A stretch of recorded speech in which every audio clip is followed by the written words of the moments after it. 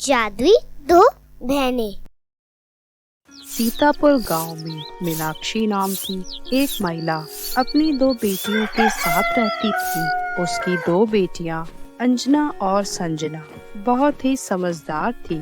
वह गांव के दूसरे बच्चों की तरह अपना समय खेल कूद और बातों में ना बिताकर अपनी माँ के साथ साथ दूसरों की भी सहायता करने में बिताती थी। अंजना और संजना के पिता नहीं थे। उन्होंने होश संभालते ही सिर्फ अपनी माँ को ही देखा था और वह अपनी माँ से बहुत प्यार करती थी। दोनों बहनों में अंजना बड़ी थी, शांत और गंभीर, जबकि संजना छोटी थी, चंचल और नटखट। हालांकि इन दोनों बहनों में एक विशेष गुण था जो उन्हें गांव के अन्य बच्चों से अलग बनाता था। वे दोनों जादूगरनियां थीं। सुनो अंजना और संजना, अब तुम दोनों इतनी बड़ी हो गई हो कि मैं तुम्हें यह सच्चाई बता सकूं। कौन सी सच्चाई माँ? मैंने तुम्हें कभी नहीं बताया तुम बाकी बच्चों से अलग क्यों हो। इसका राज यह है कि मैं एक जादूगरनी हूँ। तुम्हारे जन्म से पहले ही एक भयानक राक्षस राका ने हमारे लोक पर हमला कर दिया था और उसी से युद्ध करते हुए तुम्हारे पिताजी की मृत्यु हो गई। तुम्हारे पिताजी हमारे लोक के सेनापति थे। उनकी मृत्यु के बाद हमारे लोक की रानी को भी वहां से अपनी जान बचाकर भागना पड़ा और मैं यहाँ इस गांव में आकर रहने लगी। यह सब बातें आज मैं तुम्हें इसीलिए बता रही हूँ कि मेरी बेटियां होने के कारण तुम में भी कुछ जादुई शक्तियाँ अपने आप ही आ गई हैं। तुम्हें इन शक्तियों का प्रयोग बहुत सोच समझकर लोगों की भलाई के लिए करना है। माँ, वह राक्षस कहाँ है? उसने हमारे पिता को हमसे छीन लिया। क्या हम मिलकर उसे सजा नहीं दे सकते? नहीं, इस बारे में तुम्हें सोचने की जरूरत नहीं है। अब तो वह और भी ज्यादा शक्तिशाली हो गया होगा और वैसे भी जो होना था सो हो गया। अब तो हमें यहीं रहकर अपना जीवन जीना है।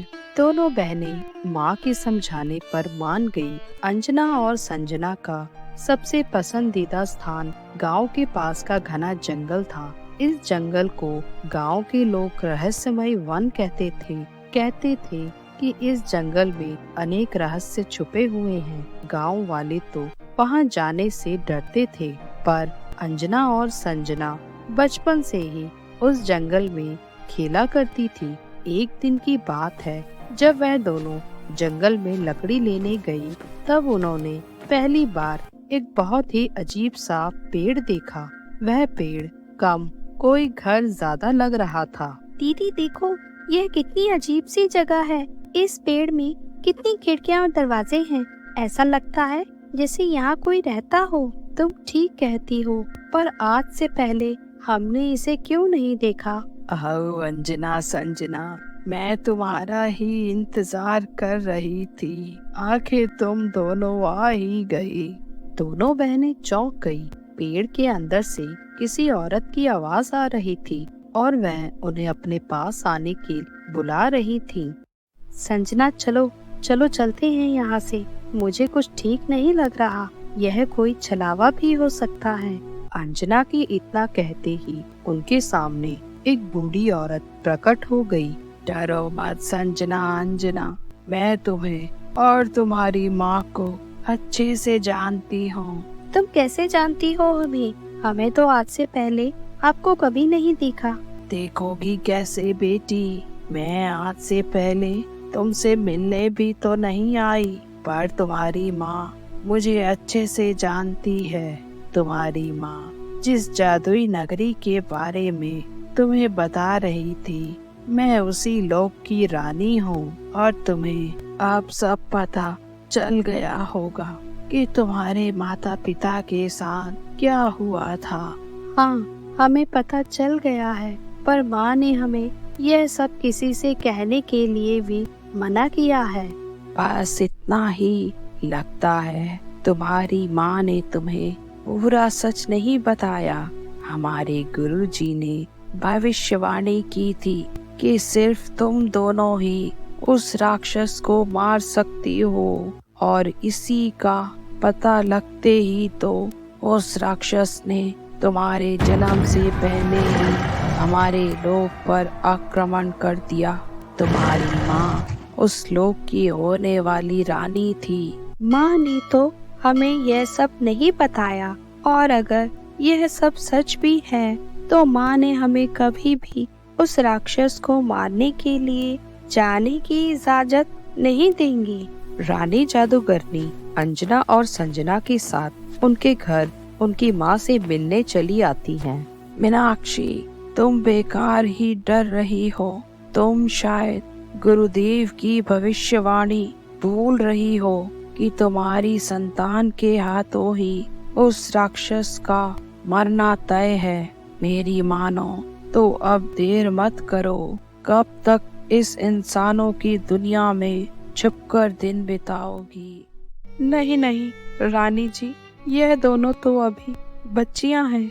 वह राक्षस बहुत शक्तिशाली हो गया है। यह दोनों क्या ही उसका मुकाबला कर पाएंगी। इनके पिता तो अब नहीं रहे, अब इन्हें संकट में नहीं डाल सकती मैं। तुम्हें अपने बच्चों की इतनी चिंता है? वहाँ हमारे लोक में फंसे हुए अपने लोगों के बारे में सोचो। रानी के बहुत समझाने के बाद मीनाक्षी भी मान ही गई, और इस तरह वह चारों एक बार फिर से अपने लोक में उस राक्षस का सामना करने के लिए आ गई। इसी गुफा में रहता है वो राक्षस।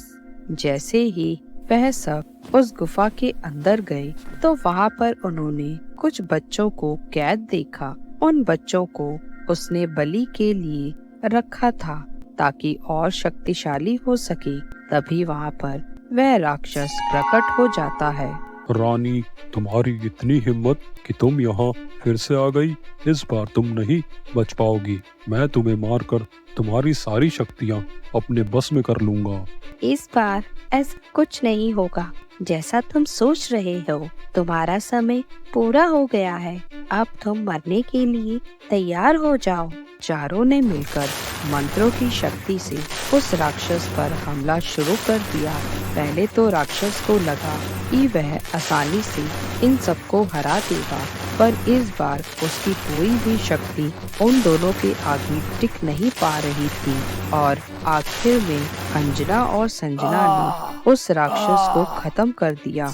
गुफा में अंधेरा छट गया और काले धुएं के साथ साथ दुष्ट जादूगर भी गायब हो गया। गुफा के भीतर एक चमकदार हीरा रखा हुआ था, जिसे उन्होंने गुफा से बाहर निकाला। तुम दोनों ने वाकई में बहुत बहादुरी से इस राक्षस का सामना किया और इसे मार भी दिया। अब यह जो हीरा तुम दोनों देख रही हो, यह रानी का होता है। इसी की शक्ति से हमारे इस लोक का जीवन चक्र नियंत्रित होता है। आज से यह हीरा तुम दोनों का है, क्योंकि तुम दोनों ही अब इस लोक की नई रानियां हो। जैसे ही वह उस हीरे को झरने के पास ले आई, झरना फिर से बहने लगा और वहाँ फिर से सब कुछ हरा भरा हो गया। आज तुम दोनों ने साबित कर दिया कि तुम ना केवल महान जादूगरनियां हो, बल्कि सच्चे हृदय वाली बहनें भी हो। ऐसे ही और मजेदार वीडियोस देखने के लिए लाइक, कमेंट, शेयर और सब्सक्राइब करें हमारे चैनल को। Thank you.